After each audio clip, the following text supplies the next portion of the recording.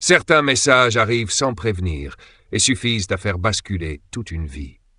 Un après-midi de décembre, alors que je venais de terminer une visioconférence avec une équipe de développeurs à Toulouse, mon téléphone vibra doucement. Je jetai un œil à l'écran. Élodie, ma femme. Étrange, elle ne m'écrivait presque jamais durant mes heures de travail.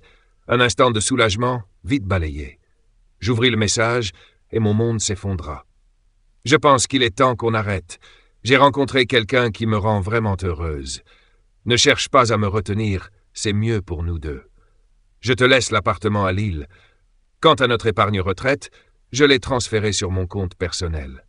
Pas une dispute, pas une explication, juste une décision froide, expédiée en quelques lignes sèches. En une fraction de seconde, la femme en qui j'avais eu une confiance absolue durant plus de 20 ans m'abandonnait, sans remords, sans retour. Je suis resté figé, le téléphone encore dans ma main. Ce n'était pas de la tristesse, pas encore. C'était de l'incompréhension. Comment tout avait-il pu basculer aussi brusquement? Nous nous connaissions depuis le lycée. Nous avions traversé les tempêtes ensemble, bâti une carrière, une famille. Et maintenant, tout s'effondrait par SMS. Mais ce qui me glaça le sang, ce ne fut pas l'annonce du divorce. C'était cette dernière phrase. J'ai déjà transféré l'épargne retraite. Depuis quand? Et comment avait-elle pu faire ça sans que je le remarque? J'étais celui qui avait conçu les algorithmes de détection de fraude pour l'entreprise d'assurance où elle travaillait. Et à cet instant précis, une intuition glaciale me frappa.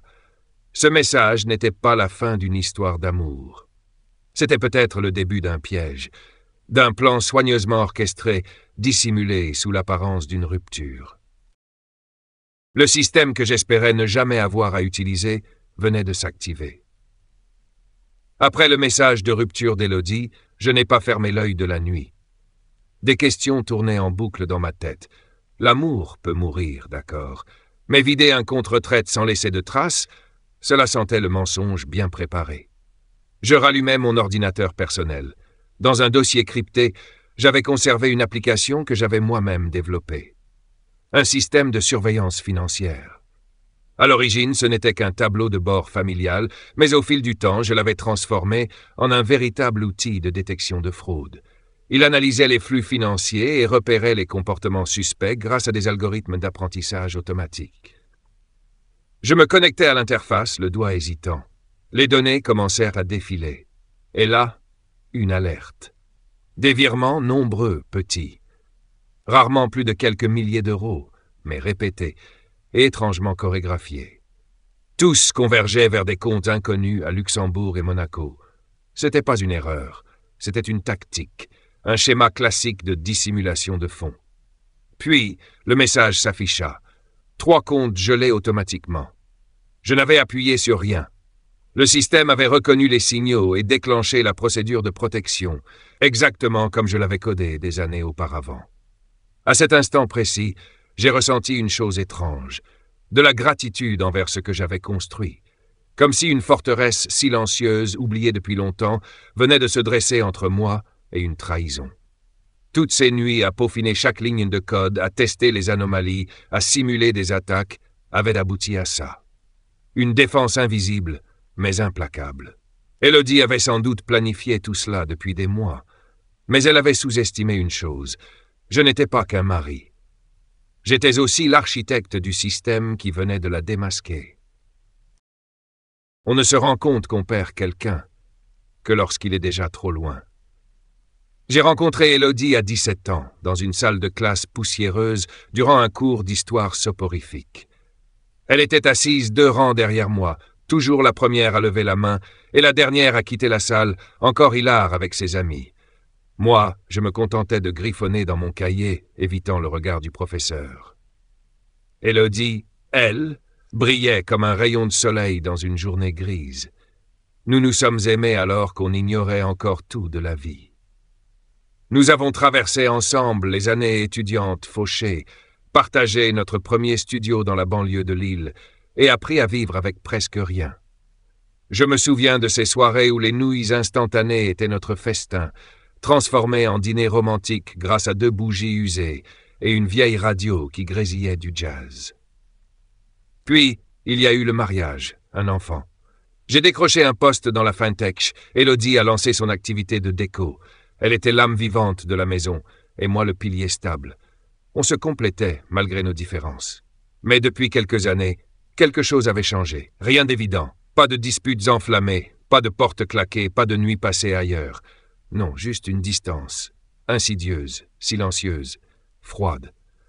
Elle parlait moins, répondait poliment, brièvement, comme à un collègue de travail.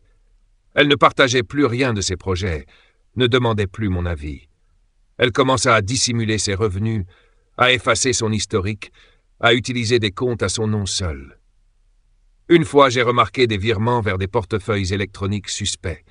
Quand je lui ai demandé, elle m'a simplement souri. « C'est privé, ne t'en fais pas. » Je ne m'en suis pas fait. J'ai fermé les yeux. Je me disais que c'était une mauvaise passe, que ça passerait. Elodie était là depuis 22 ans. Elle avait été mon refuge, mon feu dans l'hiver, celle qui avait pleuré de joie à ma première promotion. Comment pourrais-je douter de cette femme à cause de quelques gestes flous? Mais aujourd'hui, tout me revient comme un puzzle dont je découvre enfin l'image. La confiance est un écran. Tant qu'elle est intacte, elle couvre tout. Mais dès qu'elle se fissure, chaque détail négligé devient une lame. Ses regards fuyants, ses textos effacés, ses soirées occupées. Et moi toujours d'accord, toujours silencieux. Je ne lui en veux pas d'être partie. Elle avait le droit de vouloir autre chose. Ce qui me ronge, c'est la manière, le silence, le mépris, comme si elle m'avait cru incapable de comprendre, incapable de me défendre. Elle s'est trompée. J'ai été discret pendant 22 ans. Mais je ne suis pas aveugle. Et depuis que mon système a figé ses comptes suspects, je le sais, cette histoire est loin d'être terminée. Il y a des moments dans la vie où tout bascule, et on sait qu'il n'y a plus de retour possible. Lorsque Elodie s'est rendue compte qu'elle ne pouvait plus retirer d'argent de ses comptes, j'ai su que le jeu prenait une tournure décisive. Elle m'a appelé, la voix mêlée de colère et de panique. J'étais prêt à affronter ce moment. Je lui ai expliqué calmement que le système anti-fraude que j'avais mis en place s'était automatiquement déclenché, détectant des transactions suspectes. Les comptes concernés avaient été gelés pour éviter des pertes financières majeures. Je lui ai rappelé que ce processus visait à protéger nos biens communs sans aucune intention personnelle. « Tu m'empêches de vivre », hurla-t-elle au téléphone. « Tu as bloqué mon argent par vengeance ?» Je suis resté silencieux un instant, puis j'ai répondu « Non, Elodie, je le fais pour la vérité et la justice. Nous ne sommes plus mariés, mais personne n'a le droit d'abuser de la confiance pour nuire à l'autre. » Les semaines suivantes furent une succession de disputes sans fin. J'ai déposé la demande de divorce, choisissant de ne réclamer ni pension alimentaire ni partage des biens, la plupart étant gelés par le système. Je voulais que tout se règle rapidement, proprement, sans causer davantage de souffrance. Mais Elodie refusait d'accepter. Elle ripostait par des accusations violentes, affirmant que je bloquais intentionnellement ses comptes pour détruire sa vie, pour me venger. Les audiences au tribunal devenaient tendues. Elodie apparaissait froide, le regard tranchant comme une lame. Les avocats s'attaquaient sans relâche sur chaque détail, tels des poignards déchirant la paix d'autrefois. Je me souvenais des moments sereins que nous avions partagés, désormais relégués au rang de souvenirs lointains. Elodie, mon ancienne compagne, était devenue une adversaire juridique que je ne reconnaissais plus. Pourtant, au fond de moi, je ne voulais pas lui faire de mal. Je désirais régler cette histoire avec silence, justice et ordre. Mais quand la trahison éclate au grand jour, il n'y a plus d'autre issue que la confrontation. Le jour où j'ai signé le divorce, j'ai eu l'impression de fermer une porte pour toujours. Un chapitre de ma vie s'achevait dans le silence, au milieu d'échos de douleur et de trahison. La bataille judiciaire n'était que le premier pas. Je savais que d'autres épreuves m'attendaient, que d'autres secrets seraient révélés, mais j'étais prêt à les affronter. L'effondrement financier et les soupçons au travail. Quand tout commence à s'effondrer, ce n'est pas seulement la vie privée qui vacille, mais aussi le monde extérieur qui se referme sur Elodie. Après des jours de confrontation tendue, Elodie reçoit un autre choc. La banque refuse de lui ouvrir une carte de crédit. La raison, simple mais douloureuse, est que son historique financier est gravement affecté par les transactions gelées et la surveillance rigoureuse. Elle se retrouve face à un mur financier asséché, incapable de dépenser librement comme avant. Chaque dépense quotidienne devient un fardeau, chaque ouverture de portefeuille une source d'angoisse. Mais ce n'est pas tout. Sa vie professionnelle à la compagnie d'assurance de Roubaix commence aussi à susciter des doutes. La direction remarque son absence fréquente aux conférences importantes, un comportement inhabituel par rapport à avant. De plus, les rapports de dépenses qu'elle soumet deviennent de plus en plus suspects. Des postes flous, manquant de transparence, attirent l'attention du service d'audit interne. Finalement, la direction décide de lancer une enquête interne pour éclaircir ces signes troublants de gestion financière douteuse. La nouvelle se répand rapidement, comme un vent glacial balayant l'entreprise. Les collègues commencent à la regarder avec des yeux suspicieux, parfois méfiants, parfois inquiets. Élodie devient plus isolée que jamais, subissant la pression à la fois dans sa vie familiale et professionnelle. Chaque pas semble surveillé, chaque mot analysé en détail. Je sais que derrière cette façade de force, elle endure des douleurs et un effondrement venant de plusieurs fronts. Mais j'ai choisi le silence, laissant les choses se dévoiler à leur manière. L'enquête interne représente à la fois un défi pour Élodie et une chance pour la vérité d'émerger. Sera-t-elle capable de se disculper ou subira-t-elle un nouveau coup dur du destin? Dans cette tempête de vie, je souhaite seulement que chacun puisse trouver la lumière au bout du tunnel, peu importe la difficulté du chemin. Révélation d'un détournement de 2 millions d'euros. Parfois, la vérité surgit de façon inattendue, ébranlant le monde soi-disant le plus solide que nous ayons construit.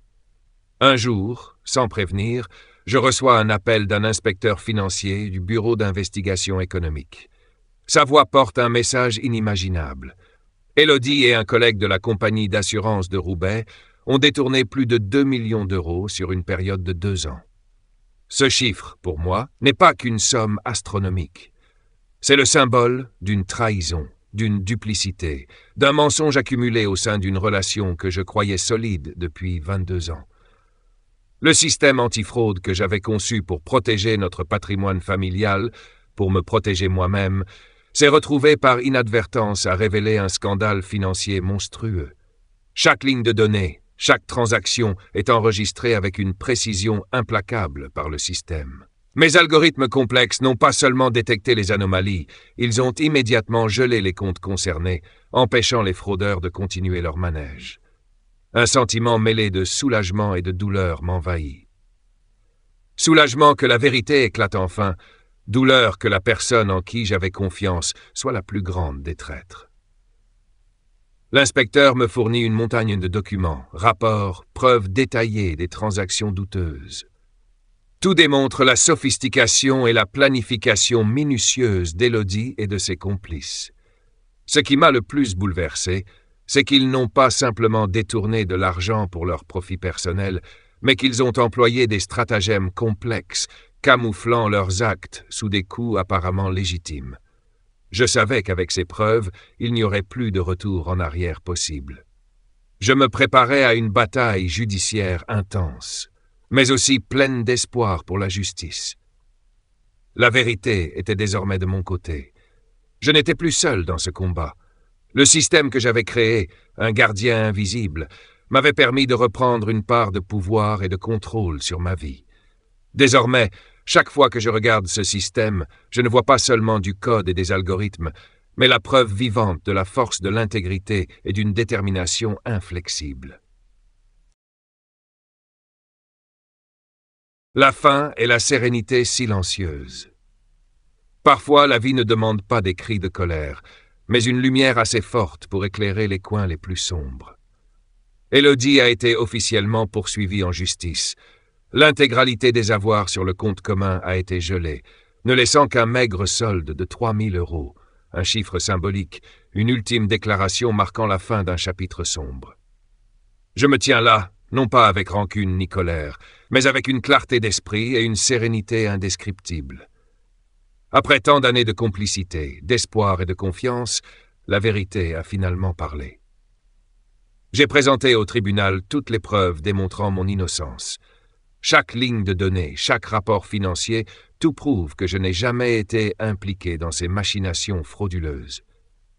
Le système que j'avais conçu, que j'espérais ne jamais avoir à utiliser dans une telle situation, est devenu mon sauveur, me tirant de l'abîme de la trahison.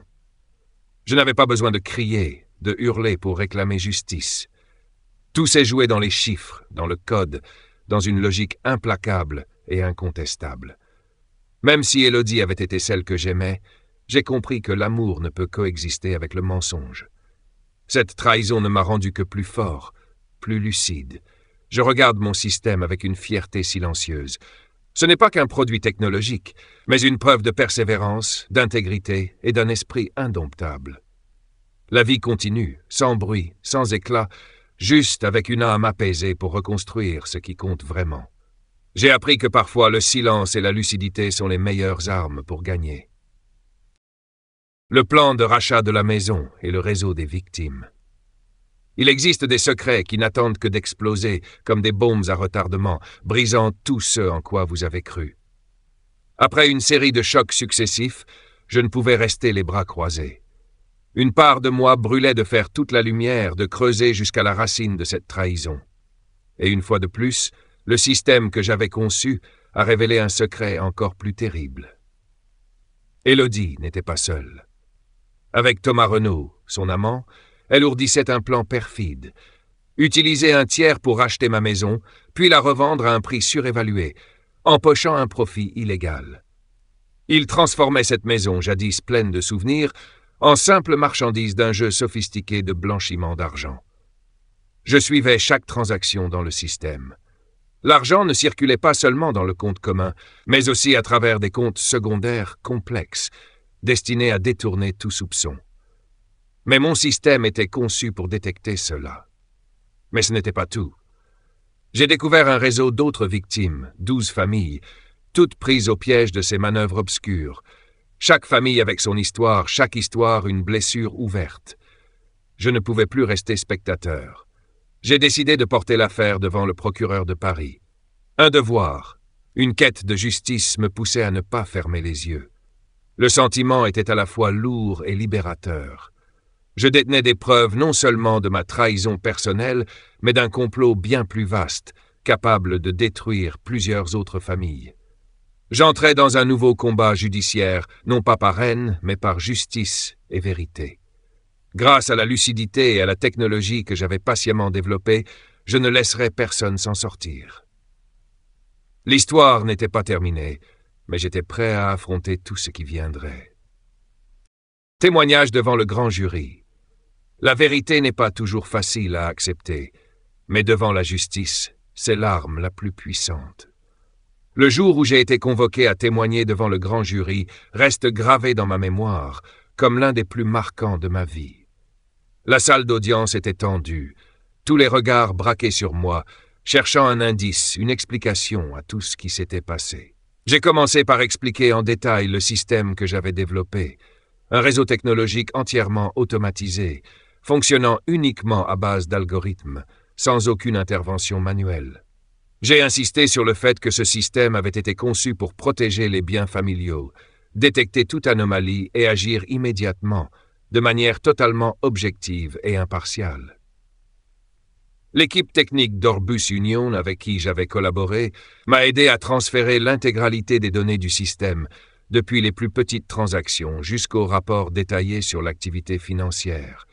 Tout était présenté clairement, de façon transparente devant la Cour. Plus encore, les autorités ont coopéré avec le FBI français pour saisir tous les appareils électroniques d'Élodie et Thomas, les cerveaux de cette affaire. Serveurs, ordinateurs portables, téléphones et disques durs externes ont été scellés pour éviter toute altération. Ce qui m'a le plus surpris, c'est qu'Élodie, réalisant qu'elle ne pouvait plus nier la vérité, a proposé de coopérer pour réduire sa peine, en échange de révélations sur d'autres complices du réseau de blanchiment d'argent et d'autres détails qu'elle connaissait. L'affaire a alors pris une tournure inattendue.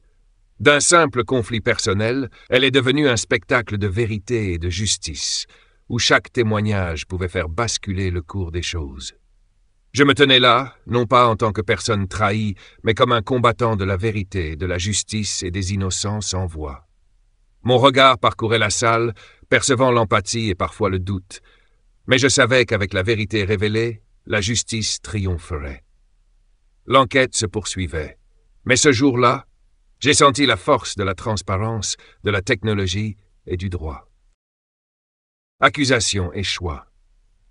Quand l'ombre de la vérité se dévoile, il n'y a plus de place pour des choix faciles. Le jour où le procureur a officiellement inculpé Élodie Dana pour fraude organisée a marqué un tournant non seulement pour elle, mais aussi pour moi et tous ceux qui étaient impliqués. Tout avait échappé à tout contrôle, et désormais, il n'y avait plus de retour en arrière possible. Le procès fut minutieusement préparé avec une montagne de dossiers, de preuves irréfutables et de témoignages accablants. Le procureur soulignait la gravité de l'infraction, notamment la collaboration habile entre Élodie et Thomas Renaud pour blanchir de l'argent et manipuler les finances. Une décision cruciale fut prise. Élodie ne bénéficierait pas de la liberté sous caution en raison du risque élevé de fuite ou de récidive. Elle fut placée en détention provisoire, isolée entre les murs froids de la prison, où la vérité commençait enfin à la rattraper. Depuis sa cellule, Élodie m'envoya un message. Son ton n'était plus celui de la fierté, mais celui de la surprise et de la reconnaissance. Je ne pensais pas que tout cela irait aussi loin. Je répondis simplement, froidement, mais avec une justesse implacable. « Parce que tu ne pensais pas que tu serais arrêté. » Cette phrase n'était pas seulement une réponse, mais aussi une sentence pour son arrogance et ses erreurs. Je me remémorais ces longues années passées ensemble, croyant que tout durerait éternellement. Mais finalement, il suffit d'une petite faille pour que la trahison frappe soudainement et emporte tout. Aujourd'hui, je me tiens là, témoin direct de l'effondrement d'une relation, mais aussi de l'ascension de la justice. Il n'y a pas de place pour la clémence ou le pardon lorsque les droits et la vérité sont échangés contre des actes de fraude sophistiqués.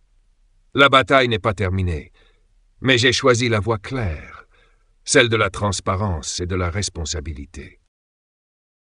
L'épreuve d'un plan à long terme. Quand les chiffres froids et les listes révèlent le complot derrière les sourires factices. Je ne pouvais pas imaginer qu'au-delà de la façade paisible de notre quotidien se cachait un plan frauduleux aussi méticuleusement préparé. En fouillant dans l'appartement, parmi les papiers éparpillés, j'ai trouvé un petit carnet, usé, mais renfermant tout un réseau de machinations. La première page recensait en détail 12 biens immobiliers, dont ma maison, non pas pour les protéger ou les développer, mais pour en faire la cible d'une escroquerie organisée. Chaque lieu était marqué, évalué, et un calendrier d'achat et de revente avait été soigneusement établi. Je pouvais lire la perfidie dans chaque chiffre, chaque annotation en marge. Ce qui était terrifiant, c'est que tout cela n'était pas le fruit du hasard ou d'un simple besoin personnel d'argent. C'était un plan à long terme, préparé avec soin, visant à exploiter les failles du système juridique et économique pour un gain personnel. Lors du procès, je fus appelé à témoigner. Je ne laissais pas mes émotions personnelles interférer, ne me permettant pas d'être submergé par la colère ou la déception. Au lieu de cela, je me concentrais à présenter chaque détail, chaque preuve avec logique, clarté et conviction. Je parlais de la découverte du carnet, de la façon dont les biens immobiliers étaient programmés pour être blanchis à travers des transactions fictives. J'insistais sur le fait que je n'étais ni spéculateur ni profité, mais la victime d'un plan machiavélique orchestré par celle en qui j'avais confiance. Les bancs de la cour restèrent silencieux, l'atmosphère semblait suspendue. Je sentis les regards scrutateurs, les hochements de tête discrets des juges. Sans doute commençaient-ils à percevoir l'ensemble du tableau. Je ne m'étendis pas sur mes sentiments, car je savais que la justice ne repose pas sur des récits émouvants. Elle exige la vérité, la transparence et des preuves irréfutables. À la fin de mon témoignage, je quittais la salle d'audience sans un mot de reproche ni de rancune. La vérité était désormais dévoilée, et je n'avais qu'un seul souhait, que la justice soit rendue. Lettre d'aveu et procès fédéral. Certaines confessions sont irréfutables, et un procès de plus de 2 semaines révèle toute la vérité. Après une série d'événements tendus, la surprise la plus grande fut la réception d'une lettre manuscrite d'Élodie, connue sous le nom de Dana durant le procès, dont l'écriture tremblante trahissait un aveu sincère. Dans cette lettre, elle reconnaissait avoir cru pouvoir déjouer le système que j'avais construit, surmonter toutes les barrières de contrôle que j'avais minutieusement mises en place. « Tu ne comprends pas, je pensais pouvoir contourner le système, que tout cela ne serait qu'un jeu que je pourrais maîtriser. Mais ce n'est plus le cas désormais, écrivait-elle, comme un aveu sans appel, sans justification. Je conservais cette lettre précieusement, comme une preuve irréfutable à présenter devant le tribunal. Elle devint la clé qui brisa les dénégations et les détours qu'elle avait jusque-là employés pendant les audiences. Le procès fédéral dura 17 jours, réunissant avocats, experts juridiques et enquêteurs de haut niveau. Chaque jour apportait un nouvel acte dans ce combat judiciaire, où chaque preuve, chaque témoignage était disséqué publiquement. Thomas Renaud, l'amant d'Élodie, finit par coopérer avec le procureur. Il reconnut son implication dans le complot frauduleux et écopa de 7 ans de prison. Sa coopération permit de dévoiler de nombreuses preuves cruciales, éclairant tout le réseau d'escroquerie. Quant à Élodie, alias Dana, elle fit face à 22 chefs d'accusation différents, fraude financière, blanchiment d'argent et organisation criminelle structurée. Chaque accusation était une pièce du puzzle sombre de la trahison et de l'avidité personnelle. Le procès se conclut par un verdict sévère, conforme à la rigueur de la justice. Dehors, devant la salle d'audience, je ressentis une étrange sérénité, non pas par haine ou colère, mais parce que la justice avait finalement triomphé. Mon histoire n'était pas qu'une affaire personnelle, c'était un avertissement sur les dangers cachés quand la confiance et la technologie sont abusées. Le système que j'avais conçu ne protégeait pas seulement un patrimoine, il devint l'outil qui révéla la vérité. Et je savais qu'après ces jours sombres, ma vie entamerait un nouveau chapitre, un chapitre libéré des conspirations obscures, fondé sur la transparence, l'équité et l'espoir. Clôture. Vivre comme le système que j'ai créé. La vie est une succession de choix, et j'ai choisi de vivre selon mes propres règles, sans laisser les émotions guider, mais uniquement la vérité. Élodie fut condamnée à 18 ans de prison, Thomas à 9 ans. Ces peines ne marquaient pas seulement la fin d'une série de crimes, mais aussi la rigueur de la justice implacable. Je les regardais être menottés, silencieux, avec une sérénité intérieure où n'avait plus leur place ni rancune ni colère. En vendant ma vieille maison à Lille, j'ai obtenu 500 000 €, une somme suffisante pour entamer une nouvelle vie, plus simple, sans les complications et les calculs d'autrefois. J'ai choisi Calvados, une région paisible entre campagne et mer, pour y poser mes valises et tourner la page. Là-bas, je ne suis plus l'homme, pris dans le tourbillon de la trahison et de la cupidité. Je suis devenu un enseignant, à temps partiel, spécialisé dans la détection des fraudes financières, un moyen de transmettre mon savoir et d'aider d'autres à éviter les pièges dans lesquels j'étais tombé. J'ai compris que le système que j'avais conçu n'était pas qu'un outil technologique. C'était un symbole de lucidité et d'objectivité, sans interférence émotionnelle, uniquement la vérité. Et moi aussi, j'ai choisi de vivre selon ce principe. Je refuse toute correspondance, tout message d'Élodie. Je ne veux pas raviver les douleurs du passé. Je n'ai pas besoin d'excuses ni d'explications. À l'image de ce système, je clôt toute émotion et ne conserve que ce qui compte vraiment. La vie n'a pas besoin d'être compliquée pour être pleine de sens. Je trouve la paix dans la simplicité des jours, dans l'enseignement, dans le bruit des vagues et l'air pur de Calvados. Et si je devais partager une leçon à quiconque, ce serait celle-ci. Construisez un système qui protège non seulement vos biens, mais aussi votre cœur des tentations, des trahisons et des mensonges. La fin de cette histoire n'est pas un silence, mais une transparence et une liberté. La liberté de vivre selon la vérité, la liberté de ne pas être enchaîné par le passé ou par des émotions aveuglantes.